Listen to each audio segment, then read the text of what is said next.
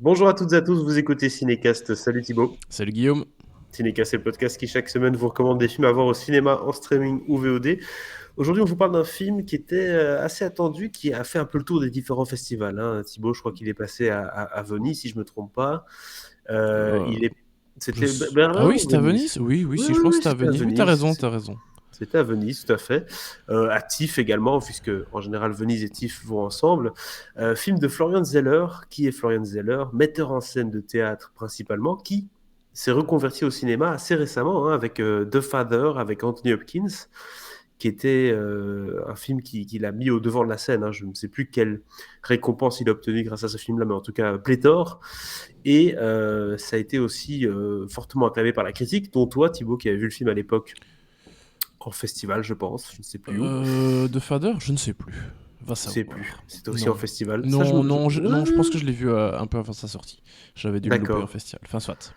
Et donc, il était question de démence, entre guillemets, d'oubli d'Alzheimer chez un père. Et donc, avec sa fille qui essayait un peu de recoller les morceaux. Donc, il y avait une mise en scène un peu presque du thriller, alors que c'était un drame, avec ces événements oubliés ou pas. Ici, on rentre dans un drame peut-être un peu plus classique. C'est également une pièce qu'il a écrite et qu'il adapte ici. Ça parle de quoi? Ça parle d'un enfant qui s'appelle Nicolas, qui a 17 ans et qui est complètement à la dérive. Il n'est plus du tout l'enfant lumineux et qu'on connaissait, hein. Et donc, sa mère va accepter qu'il aille vivre chez son père, hein, Peter, qui est joué par Hugh Jackman, qui a été remarié depuis peu et qui a eu un nouveau-né. Et cet homme, Peter, va essayer de dépasser l'incompréhension par rapport à son fils, la colère, pour espérer de retrouver son fils. Je propose qu'on regarde tout de suite un extrait de la bande-annonce, après on en parle, Thibaut.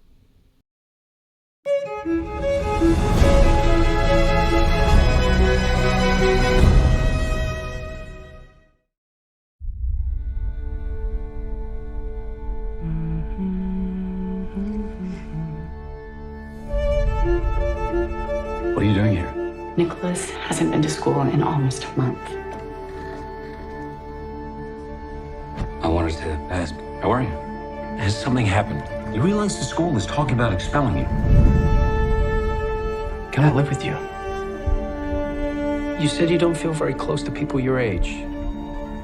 Your other son, he needs you as well. And you're at work all of the time. Has he been able to talk about the divorce? I've tried to be there for you. I've tried to give you strength. What's going on? Are you on drugs?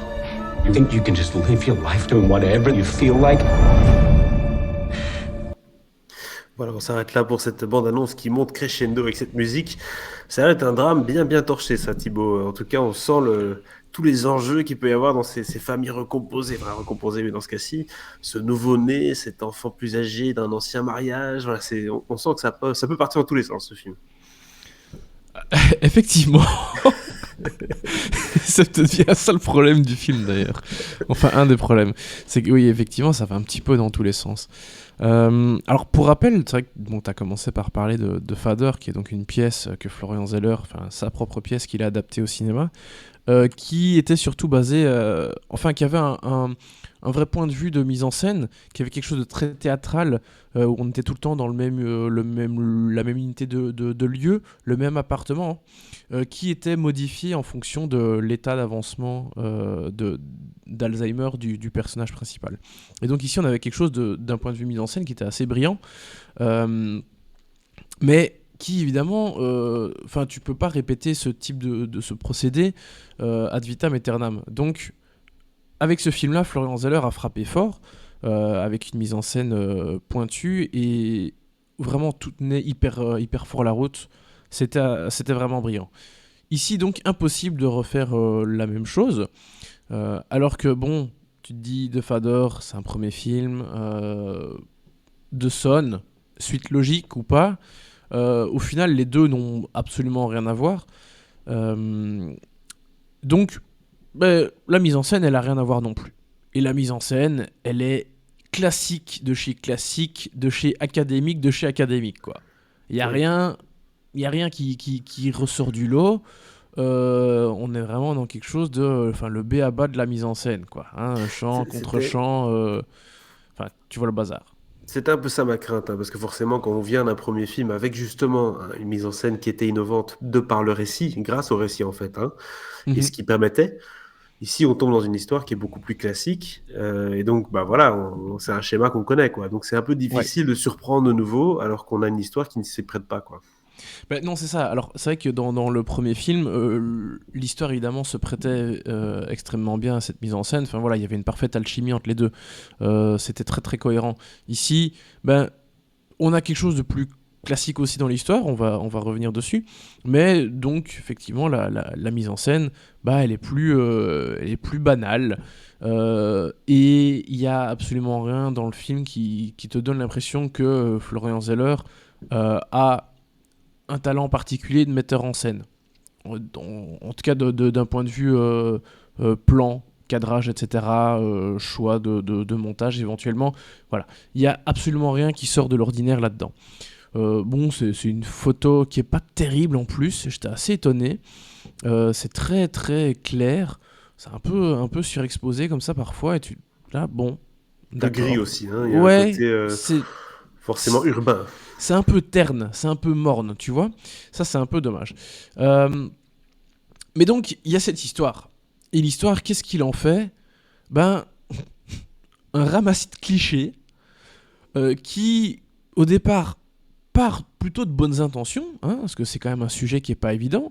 Alors, je ne me souviens plus du synopsis officiel que tu as lu, donc je vais aller le relire avant de dire n'importe quoi. Qui Voilà, parlait donc, de Nicolas, 17 ans, etc., enfant à la dérive, les ouais, parents ouais. savent pas trop bien quoi faire, on l'envoie chez son papa. Ok, mais donc, je vais pas aller jusqu'au bout, mais le film traite d'un sujet très difficile qui concerne l'enfant, mais aussi les parents, qui concerne la santé mentale, qui concerne l'acceptation de soi, comment on se voit, comment chacun voit sa place dans le monde, comment en tant que parent tu gères cette situation, en plus en tant que parent séparé, tu gères cette situation de voir ton fils un peu en détresse. Comment est-ce que toi, en tant que père qui a été absent pendant toute la vie de ton fils ou presque, comment est-ce que tout d'un coup tu vas te retrouver mis en avant à devoir assumer ton rôle de père un peu plus que ce que tu ne l'as fait auparavant. Tout ça sont des questions qui sont posées dans le film et qui sont traitées avec plus ou moins de justesse. Parfois ça l'est un peu moins. Mais enfin, j'ai envie de dire que durant les 2 tiers du film, c'est ok. Voilà, c'est pas incroyable, mais c'est pas mal. Il y a des choses qui posent un peu problème, évidemment, la personnalité du père, père très... qui se veut un peu open, tout ce que tu veux, mais qui est quand même un peu de la vieille école, parce qu'il a été élevé par Oui, un père de la vieille école, personnage incarné par Anthony Hopkins, qu'il a ici. Donc son personnage n'a rien à voir avec celui de Fader, mais il vient incarner ici le rôle d'un père complètement différent, très très conservateur, les bonhommes, hein, tu vois le genre, et que donc son fils, évidemment, il essaye un peu de se détacher de ce que son père lui a fait voir durant toute sa vie, mais immanquablement, qui refait un peu les mêmes erreurs et ouais, qui a un voilà, peu la même trajectoire. Voilà, donc tu essaies toujours de faire tout à fait. différent de tes parents, mais voilà. C'est ça, on commence là, au top, entre guillemets, et puis on diminue un petit peu de génération en génération, et puis ce genre d'aller de marque-là, hein, je parle de la misogynie ou autre chose comme ça part pas d'une génération à l'autre, ça prend du temps à se diluer, tout ça, Ouais, quoi. c'est compliqué. Et en plus, le type doit gérer bah, 2 familles, entre guillemets, hein, sa nouvelle famille avec son nouvel enfant. Alors qu'il ne s'est pas occupé du précédent, et voilà que maintenant le précédent arrive chez lui aussi. Oui, Bref, c'est compliqué. Ça tient correctement la route, mais sans plus, pendant les 2 tiers du film. Et puis, à un moment, ça se dégrade. Et à la fin, je trouve même ça extrêmement raté, voire extrêmement manichéen, la façon dont Florian Zeller termine son film.